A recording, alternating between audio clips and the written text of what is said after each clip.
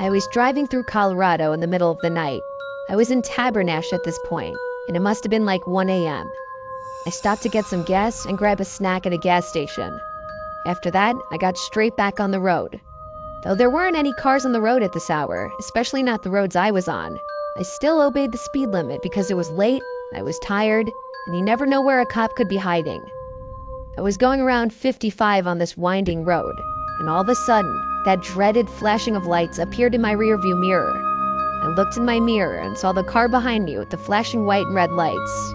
So I pulled over, but not before looking at my speed and confirming that I was only going maybe 2 miles per hour over the speed limit. I pulled onto the side of the road, and so did the vehicle behind me. I was beyond annoyed. I'd never been pulled over before at the time, and I'm always a cautious and careful driver. I immediately felt like I was being pulled over unlawfully. As the officer stepped up to my car, I lowered the window, and he greeted me, asking for my license and registration. I tried to act like I know my rights and would not just bend over backwards for him. So I asked, "Is there a reason you pulled me over?"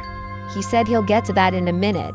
I told him I know I wasn't speeding or swerving and none of my taillights are out, so I don't want to hand you my license if this is an unlawful stop. Then I took a look at his uniform. It looked off.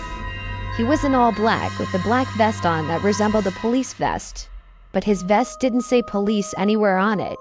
His badge didn't say police either. It said criminal task force.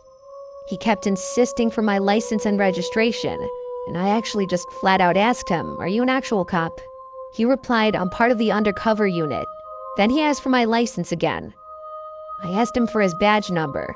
He said he didn't have to give that to me. I knew enough about traffic stops to know that was a lie.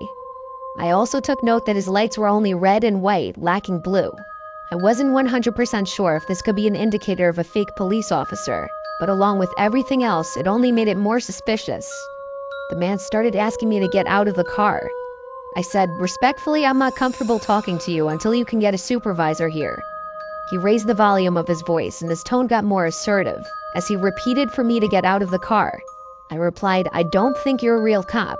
If you are, you wouldn't have a problem getting your supervisor here." I rolled up the window a bit, and he didn't like this. He yelled at me to open the door as he put his hands on my window and tried unlocking the door. I pushed his hands off as I started the car and put it in drive. I heard him shout stop as I started flooring it away from him. My heart was racing, and by God, I was hoping I was right or I was going to jail.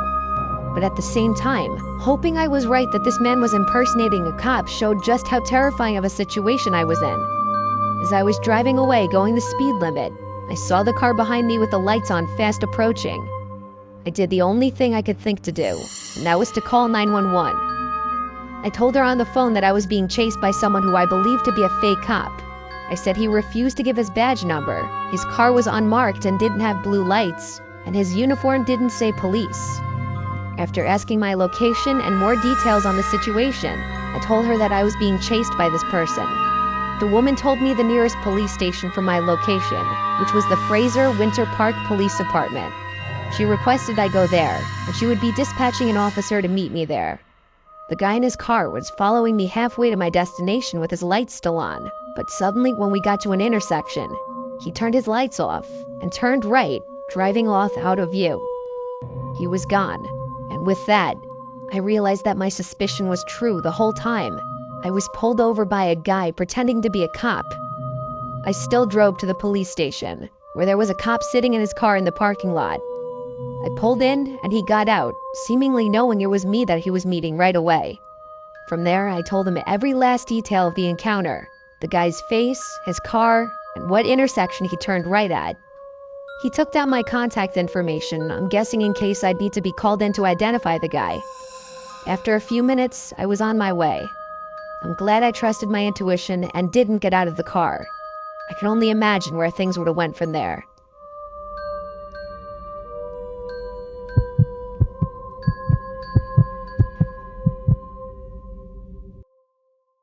My parents own a vacation home in Quincy, California.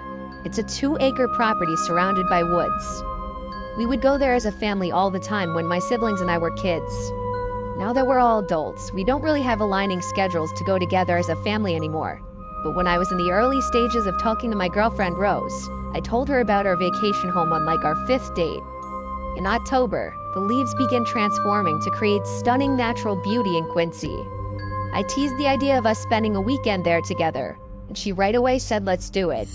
2 days later, we were packing our things, getting ready for the road trip to Quincy. I picked her up from her house, and off we went. The drive there was about 5 hours. We passed the time talking about everything in life, from TV shows to family to childhood memories. And then we listened to comedians and podcasts to pass some more time. When we finally made it to Quincy, we drove through the cute little village first because I wanted to show her how nice it was there. 10 minutes later, we were at the house. We have a little wooden fence at the driveway that we leave closed whenever the place would be vacant. It doesn't have a lock or anything. It's just a little deterrent for people to not enter the property while we're there. I got out of the car to open it, and then we drove past it onto the property. My dad has landscapers come every couple weeks in the summertime into the fall, so the property was very well kept when we were there. Rose was impressed.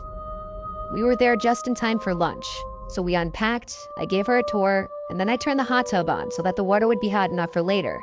Then we went into town to go to one of my favorite spots to eat. When we finished up, we did a little sightseeing and went to the Plumas County Museum. After that, it was starting to get dark out, so we headed back to the house. We relaxed in the hot tub for a while. The hot tub was on the back deck under the awning. It was really cold out, but it felt nice in the hot tub, until we both could hear the crushing of leaves nearby, like footsteps. We thought it was a bear, so we both jumped out of the hot tub and ran into the house. I turned off all the lights inside and outside, thinking the lights could be attracting a bear or some wild animal. I peeked out one of the windows, expecting to see a bear, but instead saw the silhouette of a human being walking along the side of the house. I ran to the back door to lock it and shut the blind on the back door window. I told Rose to be quiet. The footsteps circled the house until they got to the front door, then stopped. After a moment of silence, there was a knock at the door. Someone yelled, "It's the police." We were confused. I went to the front and said through the closed door, "Is there a problem?" The person on the other side said, "We got a breaking and entering call." I asked, "How's that possible? The nearest neighbor isn't for a quarter mile." There was a noticeable gap in his response. He said, "I just need you to open the door, sir." I responded, "Sorry, I don't feel comfortable doing that." I then thought to peep out the window and see if there's actually a cop car parked out front. I kinked the blind to the front just enough to see outside. It was twilight outside, dark but with enough brightness still to make out the property. I see no police cars out there. I said to Rose, "I don't think that's a real cop." The man outside knocked on the door again. I said through the door, "I don't see a cop car out there, so I don't feel safe answering the door." The man didn't respond anything to this. When there was another moment of silence, we thought he already walked away. A couple minutes passed and we were still in the living room talking to each other. Then heavy footsteps clomped away from the door. He'd been standing there still the whole time against our knowledge. I went over to peek out the window again, but I didn't see anyone. He must have walked off a different direction from the house. The scary thought was, the house is surrounded by woods. He could come from literally any direction. We were definitely not going back outside again that night, besides me going outside real quick to turn off the bubbles in the hot tub. And from there, we stayed in the bedroom watching movies and eventually went to sleep. I kept my dad's shotgun from the closet under the bed. The next day, we went hiking in Plumas National Forest. Then we went out to eat, and then we went to see a movie at the nearby theater. When we got back to the house, it was getting dark out. We pulled onto the property, and Rose screamed, "Oh my God," and I damn near swerved the car thinking I was about to hit something. I slammed on the brakes and said, "What?" She pointed at someone quickly walking away from the house towards the woods until they disappeared into the darkness. I tried to keep Rose calm when she started freaking out that someone's stalking us. I told her it's fine, we have a gun, and we're leaving tomorrow morning anyway. I was kind of scared too, though. I pulled the car as close as possible to the house, then we quickly went inside. I did a quick run around of the house, making sure every door and window was locked. We didn't go outside again that night. We packed our things to be ready in the morning, and then went to the bedroom for the rest of the night. After watching a movie, we went to sleep. Around that time, I started hearing this weird scraping sound coming from outside. It happened every few seconds, and then it would stop for a few seconds. I couldn't make out what it was, but something was going on out there. I feared that person may have came back. I waited until the noises stopped completely before quietly getting out of bed to not wake up Rose. I walked to the window, kinked the blinds just a bit, and found myself face to face with a man on the other side of the window trying to look in. He definitely saw me. I fell backwards and screamed, "Jesus Christ." Rose woke up. I didn't say anything though. I grabbed the shotgun from under the bed and made sure it was loaded before running out the back door and shooting it into the air while screaming like a madman, trying to scare off that man and whoever else could have been out there. I think I fired 3 shells into the air before going back inside. Then I explained to Rose what happened. In a strange way, I felt a nice adrenaline rush after going outside and doing that. Maybe that was partly why I felt so confident that whoever was outside wasn't coming back. The adrenaline eventually wore off. When we were back in bed, I was scared once again of hearing any kinds of sounds from outside. We made it through the night, and the next morning I did call the police just to file a report on the whole thing. My family and I have been back there a few times since the story, and thankfully that guy never came back. At least while we were there.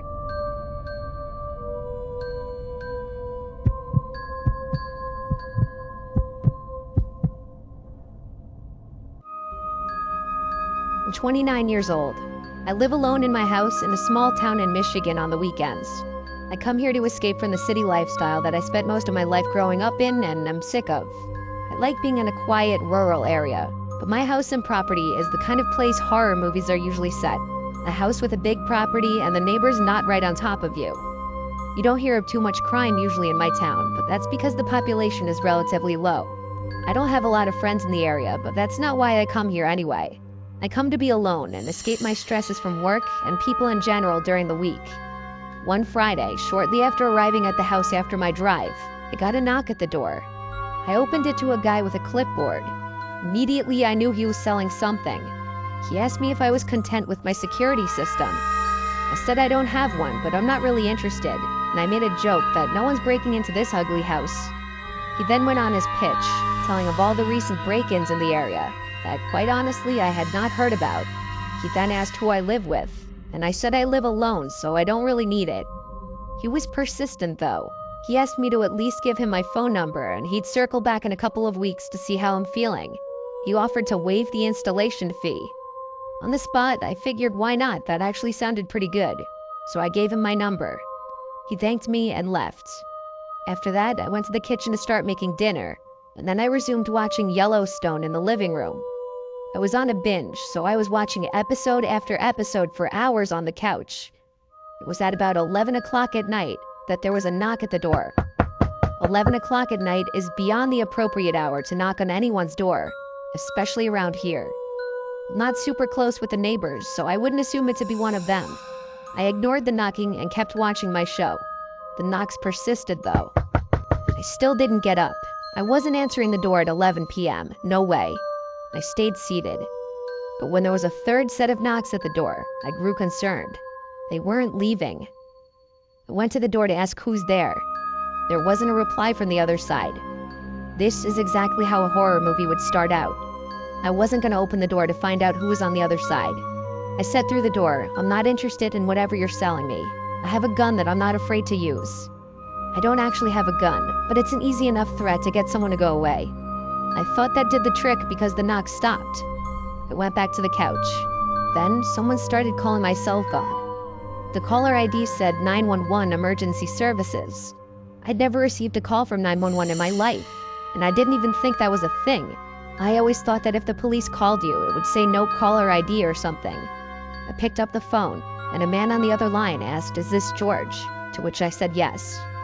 He said, "This is the police department. We have officers outside your house right now. There's been a report of a crime on your block, and we have some questions to ask you." This didn't feel right at all. I asked the alleged 911 operator to ask the police to go to the window so I could identify them before opening the door. He said he can't do that. They're already outside my house, which made no sense. I said, "I don't answer questions, sorry," and hung up the phone. Even if it were the real police, I had no legal obligation to answer the door anyway. But this was screaming trap in every sense of the word. They tried calling me again with the same number. I denied it and put my phone on Do Not Disturb. I actually decided to call 911 and ask if these calls are legitimate. And right away, the 911 operator said it's absolutely not real. And coupled with the fact that someone was at my door, They advised I lock all the doors, grab something I could use as a weapon, and wait inside until a police officer arrives at my house. While I was on the phone with her, I heard the back doorknob being shimmied with, and someone trying to push the door open. I then apparently tried ramming or kicking the door down because there were these super loud bangs on the back door. I told the operator this, and she said the police will be here in less than 10 minutes. I needed them now, though. I went to the door and screamed, "Do you want to get blown up?" And there was a yell on the other side saying, "It's the police, open up," followed by another ram or kick into the door. The back door is next to a window, unlike the front door. So I looked out the window, and I saw two masked men attempting to kick down my door. When I say mask, I mean they had these disturbing-looking sacks on their heads. It looked like they had eye and mouth holes cut out. They saw me looking through the window, and I guess they saw me on the phone. They must have realized I was on the phone with the actual police, and they took off into the darkness. About 5 minutes later, there was a knock on the door from the actual police. I let them in. One of the cops was very helpful, and he went as far as to search my entire property. The two cop cars out front with their lights on for half an hour was surely a deterrent for anyone to come back to the house. After the cops left, I noticed one of the cop cars stayed in front of my house for hours. I'm sure they left at some point in the night. I'm done opening the door to anyone unannounced, though, because I'm 99% sure that guy who was claiming to sell security systems was just scoping out the best house to target. And him and his squad were spoofing 911 calls to get people to open the door late at night. I went to my closest neighbors to ask them if the guy knocked on their doors too. They said no. For some reason, my house was the only one on this street targeted for this. I guess I was the first house they tried, and I seemed like an easy target.